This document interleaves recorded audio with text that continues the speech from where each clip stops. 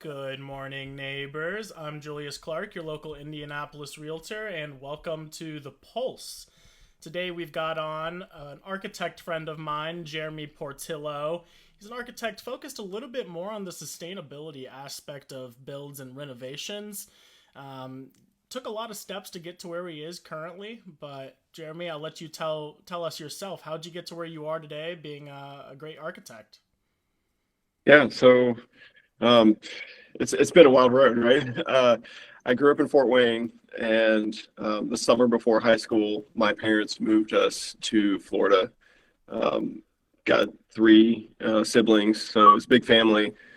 We wound up outside of Fort Walton Beach, Pensacola, and I mean, I hated everything, right? Because I got ripped up from my friends and my family. And so kind of found a new path. And I wound up going to college at a HBCU in Tallahassee, Florida. I went to Florida A&M and got my architecture degree, 2 degrees actually, and then wound up back in Pensacola for my first job.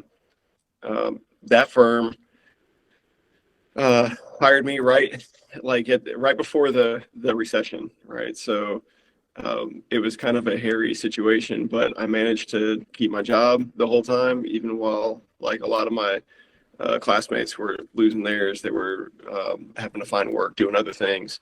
But at this firm, I was working on mostly government buildings, so kind of cool things like an F-35 training simulator. That was pretty cool. Um, Got to work on like headquarters buildings and dining facilities, did some special forces work, did some barracks and some lodges, but I'm not as interested in industrial or large commercial projects. I really love homes, and I love um, designing things specifically for people that I can interact and communicate with. And so I jumped ship after about 5 years and found a job at a really high-end residential firm in a little bayside town called Fairhope, Alabama, and it's north of Gulf Shores. So if you're like a Hoosier through and through, a lot of people go to Gulf Shores, Orange Beach to vacation these days. So I know it's getting a lot more popular. And I spent almost 10 years in Fairhope working for two firms, both high-end residential, but one firm specifically, the most recent firm, was focused on sustainability and healthy buildings. And I have a knack for that anyway. I love thinking holistically, and I'm kind of a hippie myself. I'm into healthy foods, and yeah. So I met my wife at the first job that I was at, and we've got two girls and two boys now. She stays at home and schools them. We're homeschoolers, and that just goes to show I'm a bit more of a hippie than I might put on. But about 3 years ago, back in like 2020, we just felt like God was saying, "Go! It's time to move. It's time to do something." And I really wanted to wind up in the mountains. I love the outdoors. I love um, hiking and just interacting with nature. And we felt like that wasn't really where we're supposed to be. So somehow, on a huge leap of faith, I wound up in Indianapolis. Um, Started a firm with a laptop in hand as soon as we got here, and it's been a startup story. It's been an entrepreneurial journey. Um, Especially coming into town like right after COVID. And so starting from scratch with like no contracts and nothing but a new MacBook and hoping I can figure things out. It's been a wild ride, but I joined multiple real estate groups and networking groups. I'm in some entrepreneurial groups now. So I'm just kind of networking my way to the top. And this year is going to be big. So yeah, that's me. Perfect. I was trying to look through. I got this big stack of cards next to my desk. I know yours is in here somewhere. I wanted to show off your design, but couldn't. Could you remind everybody what the name of your firm is? Yeah, so my business is retrofit design, and it's architecture and consulting. My tagline, so to speak, is comfort, efficiency, and health. Like those are my big three. Um, health is just something that I'm into. So I'm trying to make better air quality for my clients. I'm trying to make better spaces for my clients. And then the efficiency side kind of brings about a level of comfort that you don't get on most buildings. So when you're building things to be tighter and more efficient, you end up with you don't have that cold bathroom upstairs that nobody understands why it's freezing cold, and you don't have that really hot room downstairs that's just always cooking and you can't figure out. You have to like shut the vents so that you're not getting too much heat in the wintertime. Um, but yeah, I'm mostly focused on residential. I do dabble in a little bit of like commercial work too, but my ideal client is definitely a residential project. Perfect. And one thing you didn't touch on, you are a homeowner in the great state of Indiana as well. So that is something else you got going for you as well. Perfect. Yeah, I mean, we bought in pre-COVID. There were tons of houses to buy. In the middle of COVID, that started shrinking quickly, and then post-COVID, what's left? So we wound up buying a house in Little Flower on the east side, and it's a great little neighborhood. And the folks that helped us get into that both said, "Look, if you guys don't buy this for your family, we're going to buy it as an investment. So you need to buy this. It's worth it." And then since then, I've gotten into one other deal that I'm actually in the process of getting out of. It was a little rental house down in Columbus, and that, oh gosh, like 50% increase in my capital in a year. So that was a great short-term investment that really has come out well. So Yeah, it's always fun to see who touches the real estate world in any way buys real estate as well. Just gives a little bit greater insight of what the market's like and everything. Well, thanks so much for giving a little bit of an intro on who you are. Let's talk a little bit more about the work that you do. What kind of clients do you primarily work with? yeah, my ideal client is probably someone who's a little bit of a hippie like me, or is interested in eco-friendly or responsible stewardship of materials. Someone who's looking at clean ingredients in their food products, or their cleaning products. Someone who is probably an early adapter of um, you know battery powered cars, or not battery powered cars, but electric vehicles, or someone who's riding the electric scooters around town or electric bikes. People who are into the outdoors and respecting nature. Um, and like I said, generally they're residential in nature, but I work with investors. I've worked with people who are interested in building civic projects. Um, One client of mine is trying to build a retreat for people who have Lyme disease and are extra sensitive to mold or chemicals. So a variety of clients, but it's all generally geared towards healthier living. Perfect, man. And how do you achieve a good life work balance? You started a company with your computer, probably means you're pretty accessible virtually all the time. How have you been able to achieve that life work balance with 4 kids and a wife? Yeah, there is no balance. It's a constant ebb and flow. Some days I'm awake at 1 a.m. on my laptop playing a movie in the background. I've got my headphones on, trying not to wake anybody up while I'm just grinding on a project. And other days I just take off and I don't do anything and I don't talk to anyone and I just blow off whatever I've got that day.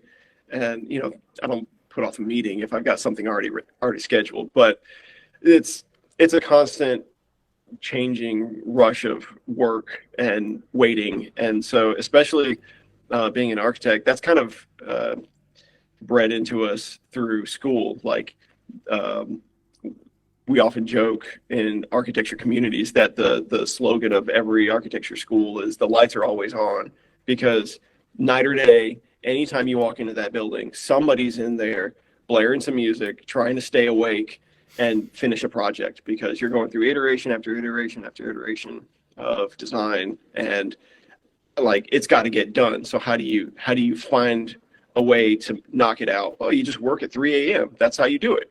And even at work, most architecture firms don't generally promote. They promote deadlines more than they promote good work-life balance. And so I'm trying to figure that out on my own now as an entrepreneur and a sole practitioner. But um, yeah, it's just hit or miss. I never know what to expect. Yeah, man, I definitely feel that, especially on the agent side. I'm dealing with a lot of people from out of state who have different time zones. It's come to the point where it's like best case scenario they're from California. Got a lot of people from overseas now reaching out, and that gets hairy on the whole timeline issue or work Oh life yeah. balance. Perfect, man. You help your clients out. The work life balance, it can be tough to manage. We understand. What are the actual tasks that you're performing for clients? What does an architect do to help provide a dream home? No, that's a great question. I feel like, especially in the last few months, I've had enough conversations with people that I'm starting to realize people really don't understand what architects do. They think that, oh, somebody has an idea about something, so the architect goes and draws it on paper, and you submit that for a permit, and you're done. And so actually, it's funny you asked because yesterday I put on a presentation for one of my networking groups and did a deep dive into like 15 minutes on what architects actually do, what all it entails. And I mean, we take ideas, yes, about form, about function, about needs versus want, and turn those thoughts into something tangible, a structure that has beauty, it has value, it has purpose. And so there's a lot of conceptualization, there's a lot of note taking, and then there's a lot of, thinking, a lot of work involved in how do you meld all these things together and make a beautiful end product that somebody is excited to live in or enjoy or use. And so, um, especially with like a niche in health, I'm always looking to take a 10 out of 10 project and bump it up to 13 because how can I take it that extra mile? And it gets even hairier when, there's a budget. Not everybody's got just bottomless pockets. So there's always a budget to be concerned with. And so how do you do better while respecting and stewarding well the capital or the savings that my clients have put together? Yeah, man. Sounds like you do a lot to help out your clients. At the end of the day, they can do whatever they want as long as they can pay for what they want. I know that's always been a challenge. I'll do walkthroughs, and people are like, well, can we do this, this, and that to the home? Like, you can. It's just going to cost money to do so. Right. So that's definitely one of the more important parts of getting your house remodeled is figuring out what's actually going to cost and if you're going to be able to afford those renovations. Mhm. Perfect, man. Yeah. So, got a pretty good idea of what you do. Why do you do it? Well, it sounds like a lot of hassle. You're getting involved in a really personal aspect of people's lives. What keeps you going every day to hop back on the phones and get back on the plans every day? Yeah.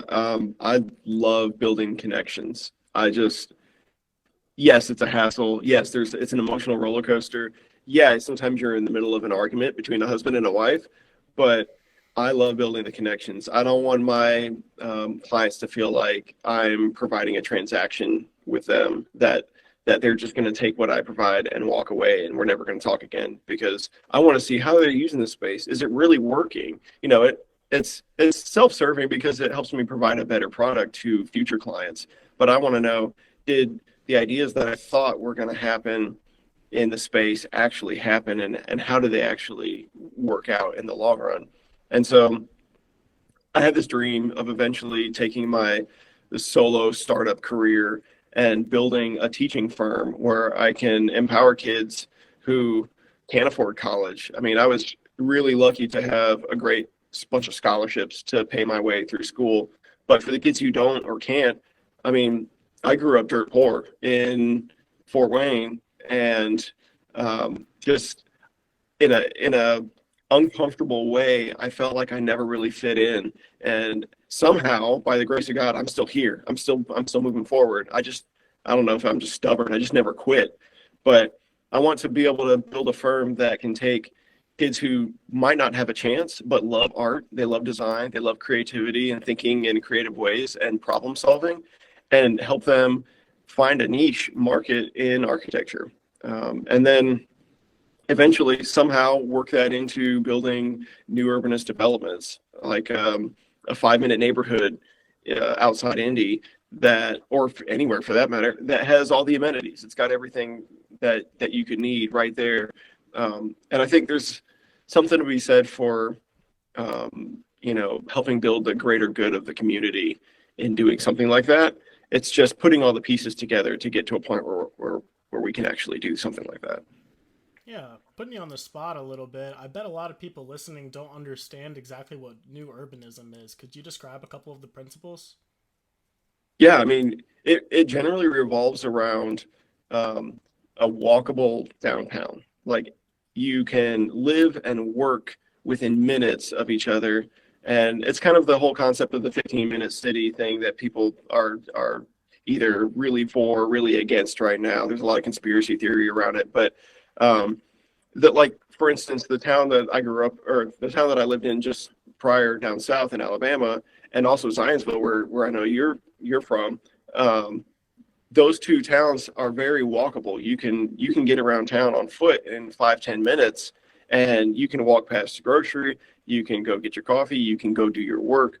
If you need to swing by the dry cleaners, it's all there. So it's just providing for communities to be built around the infrastructure that supports them, instead of needing to go, halfway across town to get something. It's all right there. And so, especially with me being kind of health minded, I want to make sure that I'm including, you know, uh, walkways and pathways and trails through the woods, or creating the woods that maybe used to exist and have been torn down and turned into a cornfield.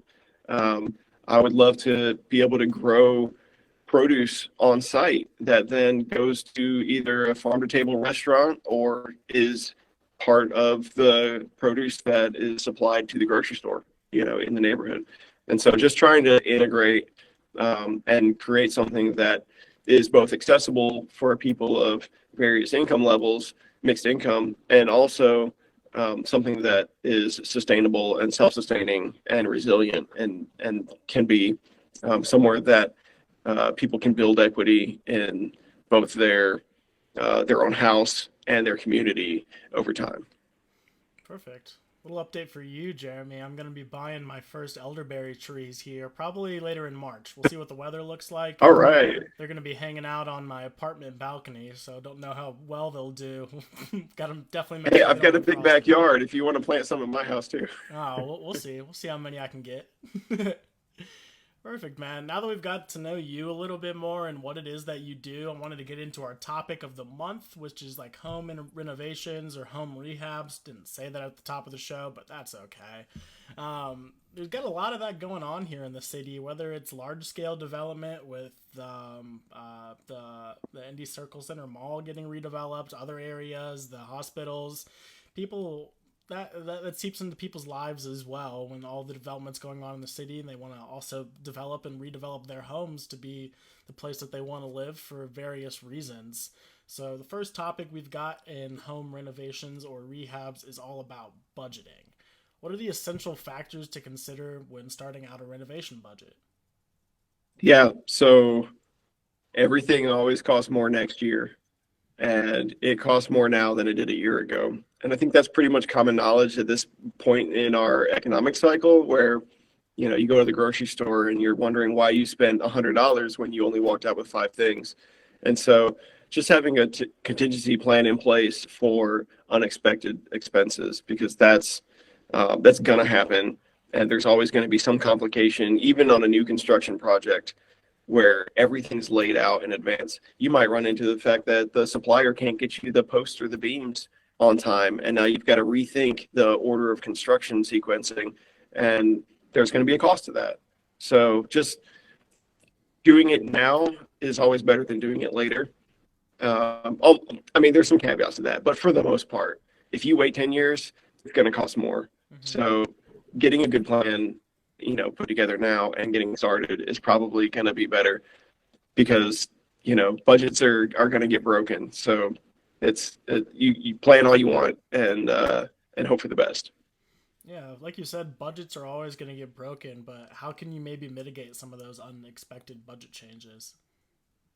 Yeah, so again, like just having a really solid plan put together ahead of time, so that by the time you get to construction, everyone's on the same page. If you've got um, so in Indianapolis anyway, we can uh, get online and look at the construction documents that are submitted for permit from other projects, and so it's public access anywhere, public domain. But in Indy, you just get online and do a Google search or do a quick search for an address and find those permit drawings. And a lot of the permit drawings that I see are stripped down, bare bones, like the absolute bare minimum it would take to get the permit. And I think there's a lot of reasons people do that. Usually it has to do with budget, but what kind of a plan is that? It's really depending on the contractor to be keenly aware of what his role is and what all of the different things are. And he's having to just kind of pull them out from memory versus hiring an architect and planning ahead and getting an entire document put together that outlines all of the different conditions for the different wall types and the how the roof interacts and where the bearing points are, what the foundation is going to be, and any complications are already identified ahead of time, so that by the time the contractor is even looking at this instruction manual, so to speak, all that's already been thought through. And I think if you if you spend a little bit more up front, you're almost guaranteed to not have as many complications arise on the back end that then will drive your costs up. Yeah. I think that goes to show for many things. If you're going to spend more money, energy, and time up front, you're likely going to like what you purchased more so. Whether that be a car, a home, or even a suit that you're going to buy. If you take more time and energy to get that, it's going to fit better. You're going to use it longer. And ultimately, you're just going to like your decision a whole lot more. So, getting an architect up in there early can definitely help mitigate some of those risks of a broken budget down the road as well. Yeah, well, you had a really good point right there. If you're buying a car as a car buyer, do you go for the car that has bare bones, no frills, no bells and whistles? Do you go for the car that it's safe and it's in budget and it gets you from point A to point B, but it doesn't have AC, it doesn't have a radio, it doesn't have power seats, it doesn't have leather seats? Do you go for a car that uses the plain old windshield wipers from 1973, or do you go with a car that has the rain sensing wipers now, or do you have a car that's got LED headlights, or are you still using the old bulbs? So if you think about it like a car, we spend extra for the convenience factor of having a car that has all the comfort built in and all the extra built in. But when you think about homes, we often shy away from that because, yeah, it costs more, but there's a benefit to having all that Yeah. that that a lot of people just don't want. They say they want it, they don't really buy it. They don't put their money where their mouth is. And then, especially in the construction world, there's a lot of homes out there that look really fancy, but are just basic homes underneath. It's a thin veneer of beauty on something that really should be improved from a foundational level. Yeah. And from the real estate or real estate agent perspective of that, if you're going to go the extra mile when you're first making those renovations, they're likely going to hold up longer and better impact your resale value on the way out.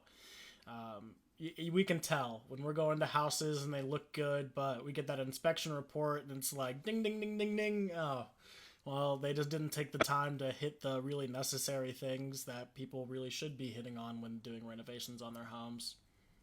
Right. Yep. I agree.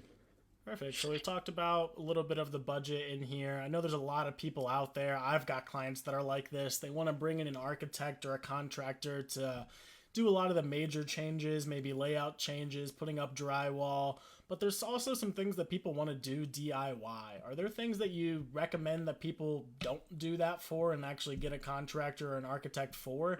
And what things maybe could somebody do themselves that would save them a couple dollars on their renovation?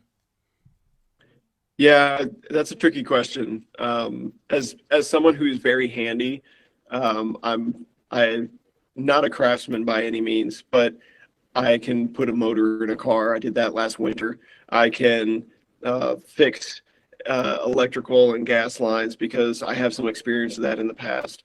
I, can install dishwashers and garbage disposals, and I have the skills and ability that I've taken some risk in the past to try to learn and figure out. And plus, YouTube University, right? You can learn anything on YouTube. So on one hand, I want to say, yeah, you should DIY as much as you can, but do it right. Take the time to do your research and figure it out because it's beneficial to you for you to understand how things work and why things go the way they go. What's the reason behind the means and methods of this construction project you're doing. And so, like, part two to that is also, if you do it yourself, you'll have a greater understanding as to why it costs so much, and maybe a greater respect for the professionals that are out there doing the jobs on the regular. Um, that said, you if you do it yourself and you do it right, it's probably still going to be done better than if you had paid somebody else. But maybe that's just me because I'm a handyman. um, and then, yeah, if you get it right the first time, you're definitely going to save money, but that's a big if. Usually, even on small projects for me, I'm running to the store 3 or 4 times because this didn't work like I thought it was going to work, or I got the wrong piece. And so the pitfalls are, if you mess something up, it can wind up costing significantly more than it would have otherwise. Yeah, I feel that, man. I just recently had to fix a garage door, and it turned into such a bigger ordeal than I expected. I got the new keypad so you can open it from the outside of the garage. I hooked up like the visor remote, and then I did that. And long story short, the garage door was opening and closing as it pleased for no reason. Had a tenant in the property. They were trying to move in, and all of their goods or their personal possessions were sitting in their garage, available for anybody to take. So, I had to Oh, learn on the fly how to get that taken care of. Shout out YouTube yeah. University. Yep. Perfect, Yeah. man. And almost everything is figure outable, right? Yeah. It's just, do you feel like you as an individual are competent enough to figure it out in a timely fashion? Yeah, yeah. It's something I look forward to in home ownership as well, and a lot of my clients like they embrace that part of home ownership. It's things are gonna come up that I'm gonna have to just learn how to do, whether it be the garbage disposal or smoke detectors, or maybe a door wasn't hung correctly. Just all these little things that maybe you don't want to call a contractor out to do. You can learn to do yourself, but if you're doing a big job and everything, it's probably best to get an architect or contractor looking at everything in Yeah. a more holistic approach on how to maybe there's a common issue somewhere in here that we're not seeing that they would be able to resolve so you're not having to call people back out to fix problems in your home. Sick. Right. Yeah, I agree. Talked about the budget, probably the biggest part of the renovations, but where does that budget get spent? We're talking about the project scope. What is a project scope?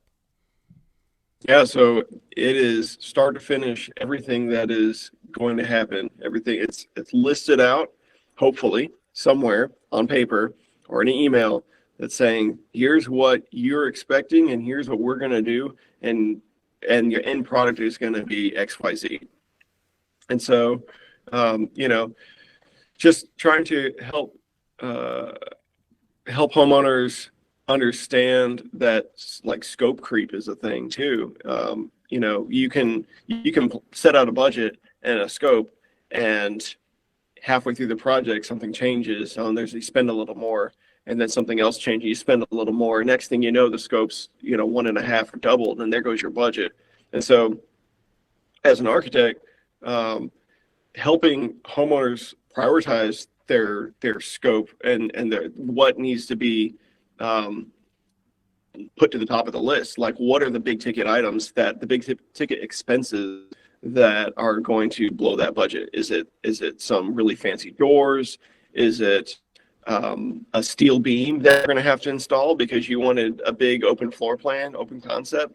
Or maybe it's adding a really high end finish in the kitchen that, like, man, if we could um, cut that down a little bit or take out some of the budget from that and plug it in somewhere else, then maybe we can accept a little bit of a scope creep as the price goes up and up and up. I've never seen a project where the price was less than what we thought it was going to be at the beginning, if that helps clear things up.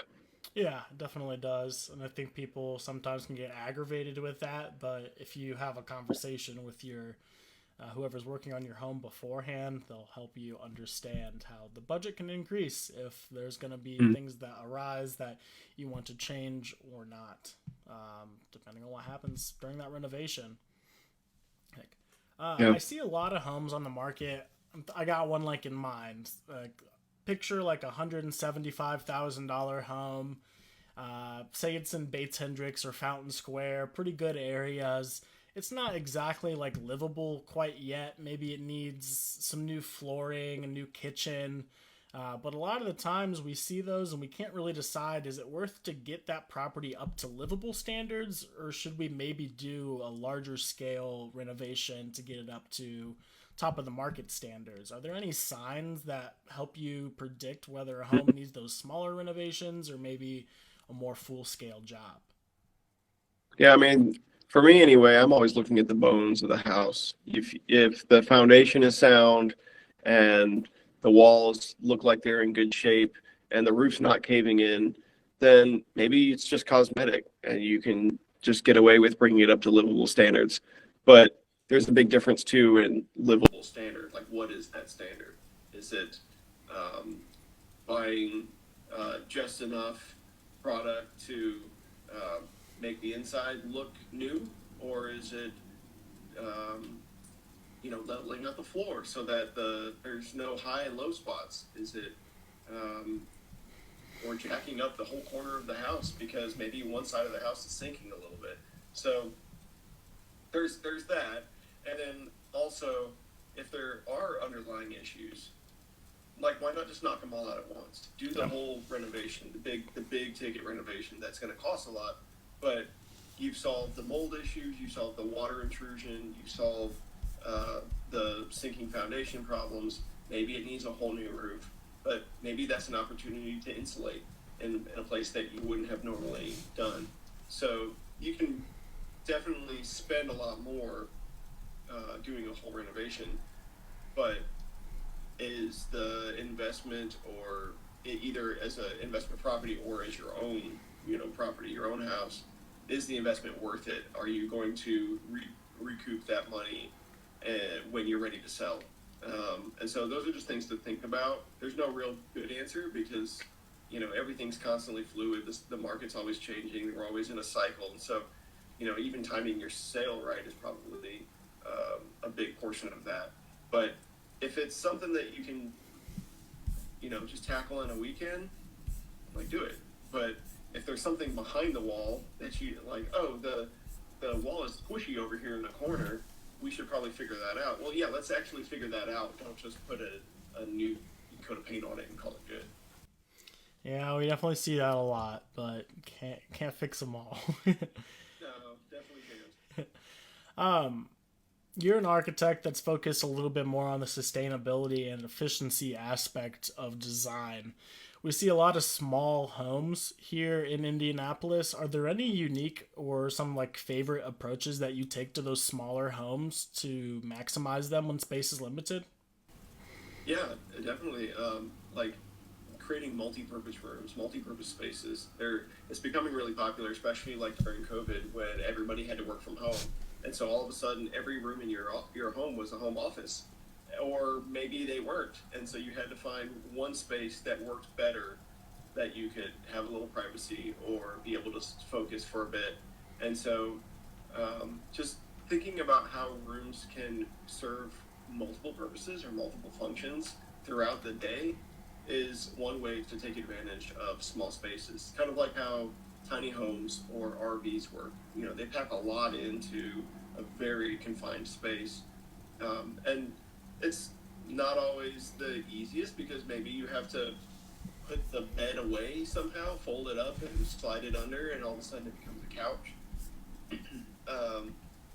But if you look around the world, there are definitely a lot of other cultures and societies that make use of, like Japan, for instance. There's no more room in Japan, right? So it's finding ways to use the space that they have, and so a lot of the homes there are very conveniently uh, puzzled together, and so just finding ways to, can a dining room double as a hangout space? Can maybe you don't have a formal dining room at all? You get rid of the formal dining room and you just let it turn into some other space. Maybe it's a dual office for a husband and wife who both work from home, or maybe it's a homework space for the kids after school. Um, and even turning closets into little tiny desk areas is one thing that I've done in the past. So, um, yeah, just trying to make use of space, or even verticality. Is there a way to use a space above head height that, like inside of a closet, can you use that for something besides storage? Or if you need more storage space, yeah, let's build some shelves up high that tuck it up out of the way without needing to build a new storage room or closet. Perfect. I was just recently watching a video, and this is slightly off topic, but about Japan. They are like so out of space there. When they have like big snowfalls, there's nowhere for them to push the snow. So they get all these excavators lined up on the coast to just turn the ocean while they dump in loads and loads of snow. So just another sustainable solution when you're minimized on space. You gotta figure out other things to do. Yeah, yeah. Where does the snow go? Can't wait for it to melt. Yeah. So, They wouldn't be able to go anywhere the whole time. They just dump it in the ocean instead. Sick, man. That's always awesome to hear about, because we do have a lot of homes here that are smaller, so it's also always just cool to look at that. I'm curious on my end, just personally, do you like Murphy beds as a solution?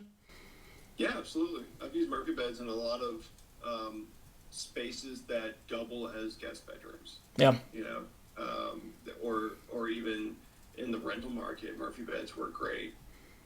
Or another option is trundle beds. You can turn one bed into two. Hmm. So there's a number of different ways to add more sleeping space if that's something that you're interested in. For sure. My mom's got a Murphy bed in her home office now. It's kind of cool. It's where her grandkids stay when they come over. Yeah. It's neat. Yeah. So we've got the project scoped, we've outlined a budget. There's some other things that we need to get done before work actually commences and the project is finished, i.e. permits and approvals. What are the common permits that you're pulling, or what permits are necessary to get a common renovation done?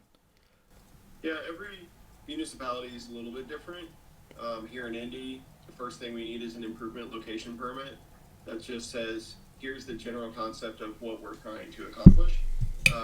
It's usually a very simple permit to get, but that's usually followed by a structural permit where you're actually saying, hey, here's what we're building, and here's the layout, here's the measurements, here's the stud spacing, here's the size of the headers and the beams and the rafters and the joists.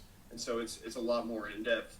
And then, I mean, those are really the two main ones, but usually if you're building something new, you're going to have to put electrical in it. And then, sometimes plumbing as well, if it's a bathroom renovation or an addition.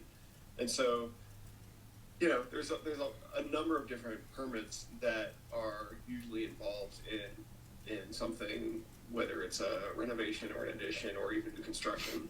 There's drainage permits also, but your contractor should be knowledgeable about which permits are required for your renovation, and they usually are the ones that help hold those. Yeah, that's definitely one of the things that I think about least in a home renovation. I have no clue where to start when it comes to permits, but sounds like pretty much if you're adding something to your home, you should probably look into, or at least assume, you're going to need a permit. Yeah. Perfect. We'll move on from permits. I don't think we need to discuss those too much. Let's talk about kitchens and bathrooms renovations. Those are probably the most common things that pop up that people want to change in their home. They're points where everybody's using in the home that get used a lot. And the style and design changes from year to year, and people want to feel up with the times. So what are the current trends for kitchens and bathrooms are you seeing? Yeah. I don't want to pump the question, and I won't, but I'm one who definitely considers timeless design to be something that is critical to making your money work for you. Trends come and go, and so if you're constantly trying to stay on top of the most recent trends, you're going to spend a lot more money upgrading and upgrading over the years.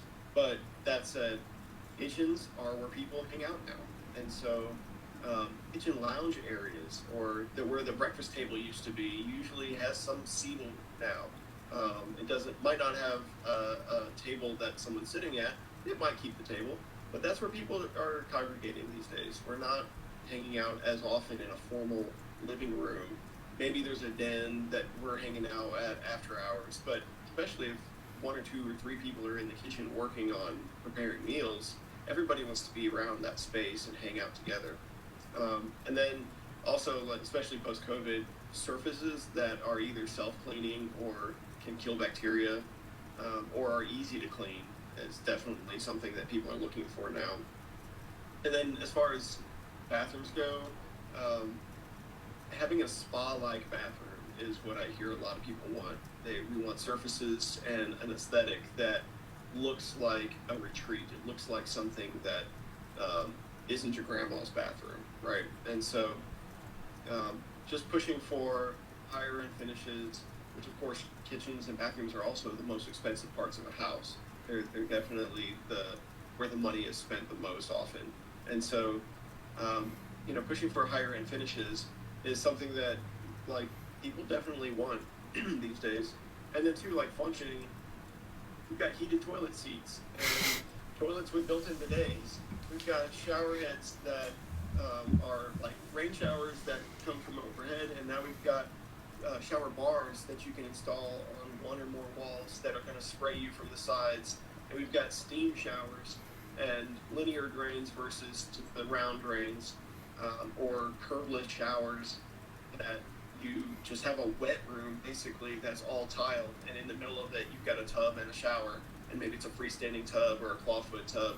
But just there are a lot of different things that you can incorporate and a lot of different thoughts that a design professional would have about how to incorporate those successfully. Because one thing I've heard is that people that often want large walk-in showers, whether it's frameless glass, or maybe there's no door on it, it's just a room that you walk into, often walk away cold from their shower because it's not a cozy enough space for the heat to be retained, and so you end up losing a lot of the heat to the size, the volume of the room, and nobody wants a cold shower, right? Yeah. So it's just thinking those things through and planning ahead that I think is really making a bathroom successful if you're trying to keep up with the latest trends. Yeah, me personally, bathrooms are always the like diamond, I guess, of the listing. If it doesn't have a nice bathroom, I wouldn't want to buy it. I do think that bathrooms are a lot more subjective than a kitchen might be. I think there's a lot more common trends or efficiencies that get placed into kitchens than bathrooms. I think bathrooms more reflect the personality and the wants of the homeowner, where a kitchen is where the homeowner brings others to. So they want that space to be a little more functional. What are some of the ways that a kitchen can be optimized for functionality and flow? I mean, just definitely planning out the layout in advance. If you build a space and in the middle of construction decide, oh, I want to put windows over here, because you didn't have a plan that already outlined it explicitly where the windows should go, where do you put your furniture now? Or in a kitchen, where do you put your appliances? And so thinking these things through in advance, having a plan that you are, keenly aware of before going into construction is definitely something that, of course, if you're hiring an architect, you're already thinking that way. But I definitely recommend it to anyone that's looking to do a renovation or an addition. And like for bathrooms, planning for the paths that people walk as they move through a space, and both really, like, it's not about getting the perfect Instagram photo or Pinterest picture. It has to be usable. And so having a space that you've thought through, where am I going to be standing? Where am I going to be walking from point A to point B? and how am I going to use that space? Because nobody wants to have to, push somebody out of the way just to get through in a bathroom. Yeah, I've seen some in those like older homes where the bathroom or the toilet in the bathroom is within hand washing distance of the sink. Gotta say, that's gotta be one of the more annoying things I've seen in a bathroom. It's not necessarily aesthetically pleasing for me. Yeah, or putting in an oversized sink, and then your toilet has to be shoved up against the wall because there's not enough room for it, Yeah, and don't even have enough room to use it. gotta squeeze by your sink just to get on the toilet. Yep. Nobody wants that. Cool, man. Other parts of the home that we need to focus on are rooms. A lot of the times we'll see a house in Indianapolis. Maybe it's a 1,400 square foot house, but it's only got two bedrooms and it's got room to add a third. What are some of the structural or logistical challenges in actually getting another bedroom added into a home that does have the square footage for it? Um, Foundations really are the. I mean, it's a foundation. It's easy to do. People have been pouring concrete foundations for generations, but foundations are key. If you don't prep the ground right and you don't uh, plan to get your foundation deep enough in the ground, especially here where we have frost heave, where the ground freezes and then it thaws, and as it's freezing, it's expanding, and then it thaws and contracts, and you get that pothole banker, right, in Indy. It's causing potholes everywhere, but also it's also shifting foundations that aren't built right. And so getting your foundation right, getting it dry, are definitely um, the most important uh, logistical concepts to wrap your head around, because it's the first thing that goes in. Once that's done, even if your framing's not great, it'll still hold together. Even if your sheetrock guy didn't do a great job, you still got a wall. Put some spackle on it, paint it, it'll look fine. You can put some trim up. You've got a room. But if you don't get the first part right, everything after that is going to just be worth less in the end. Yeah. And I see some people, they get caught up with like new builds and just assume that they're going to have a nice set foundation, and say that's where I've seen probably more of some of the foundation errors, especially ones I haven't expected. Of course, we've got homes built in the 1800s here, and those all have foundation issues. But I don't ever look at a new build and just assume it's going to have a nice foundation. I've seen homes where one corner of the house is 6 inches lower than the rest of the house. You gotta be really cautious with building a foundation here in Indianapolis. We did used to have a lot of wetlands here, so definitely got to pay attention to that. That and also, like, people think, oh, I'll just rip up the carpet and leave it an exposed concrete. I can just stain and polish the concrete. You're going to pull up the carpet and find a bunch of cracks. Yeah, Because the majority of builders are not pouring concrete that was meant to be left exposed. They're pouring concrete that barely holds together as it is, and you're letting the rebar and the wire mesh do its job, but it's not something that's meant to be an aesthetic. And so, can you make it look good? Sure, but don't plan on it being a perfect slab when you pull it up. And people are shocked that slabs crack. They think, oh, is concrete thing supposed to hold together? Why is it cracked? And if you're building to code minimum, that's what you're going to get. So really looking for an architect or a builder who designs and builds to a higher standard to build better than code is going to be key if you're looking for something like a polished slab. yeah. I think we've covered a lot on the home renovation aspect. Just wanted to go into one more topic before we wrap things up here, and that's historical homes. Definitely a more niche topic, but we do have a lot of historical homes here in Indianapolis, and people love to purchase them. What are the unique considerations when renovating a historic home? Yeah, I love historic homes. I'm a sucker for old Victorians, Tudors, anything that's like early 1900s or older. But they say they don't build them like they used to. The wood back then was fantastic because a lot of it was from virgin forest, and the grain on the wood was super tight, so you end up with really, really hard, solid wood. And in the same or on the at the same time, I guess they cobbled things together that we would never do today because it's just not sound practice. Mm-hmm. And so, even on a recent bathroom renovation I was working on, the walls that built the closet, the linen closet in the bathroom, the studs didn't even go all the way up. They had pieced together multiple studs and then added a bunch of shims and put another piece of blocking on the side to nail it all together and keep it from collapsing. And I thought, man, like why did they do that? But they were just reusing the leftover pieces that they had cut off the ends and left in a big pile that these days we just throw it and burn. So there's a lot of unexpected finds behind the walls in a historic home. You never know what's hiding behind the wall. Yeah. Yeah. It is crazy to think of. They're just piecing together that wood to make those studs. I'm surprised they were even still nailed together at this point. They were there for a while. Crazy. Obviously we both like historic homes, but the common home buyer is going to want to make some changes to that home. In your opinion, what are some of the modern amenities that fit into a historic home while preserving some of the character? That's so subjective. Good question, but you know, if you have a historic home and you want to make changes to it, get a good designer because what you want and what somebody else might want can be two different things. I might want a kitchen that still looks of its own time and has a more rustic appearance. So I might be looking to hide my appliances in a butler's pantry or around the corner in a new kitchen area, kitchen wing that didn't exist before. But if you're looking to modernize the kitchen, you could still do that by all means.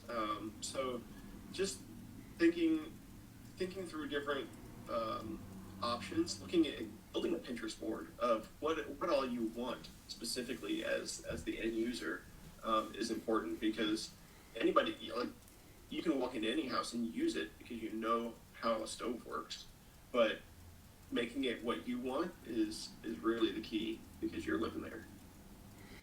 Perfect, man. Well, thank you for all of your insights today. Before I let you out of here, I've got some more questions for you, a little more geared towards you. First up, if the listeners had to take one thing away from today's conversation, what would that be? Plan ahead. Plan ahead with someone who's competent and put a good team together so that you're not the only one trying to figure things out because there's a lot of mental anguish and burden that you as the homeowner or as the end user has to deal with if you don't have a team to help walk you through those. Great insight. If if listeners were to find you in your natural habitat, where would you be? Out in nature, hiking, or I bought some canoes last year. Doing something with my family, or lifting in the gym because I'm a avid weightlifter, and then tinkering with anything, just about anything that can be disassembled.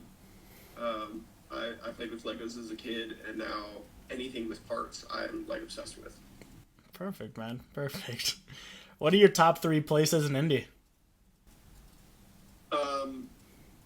As regards to what, because like I don't get out much. I've got 4 kids, so if I'm not out working or marketing or networking, I'm usually at home. But like my wife and I are total foodies, so I love trying like new to us restaurants or just trying to find the best food wherever we're at. Yeah. Do you have a couple of them that you have like a go to or maybe a place to take the kids to entertain them for a couple hours on a weekend? Indy's got a ton of parks, so trying to like get the kids out of the house and let them run at any of the parks around town. Um, as far as food goes, like was it Siam Square down Mm. in Fountain Square is really good.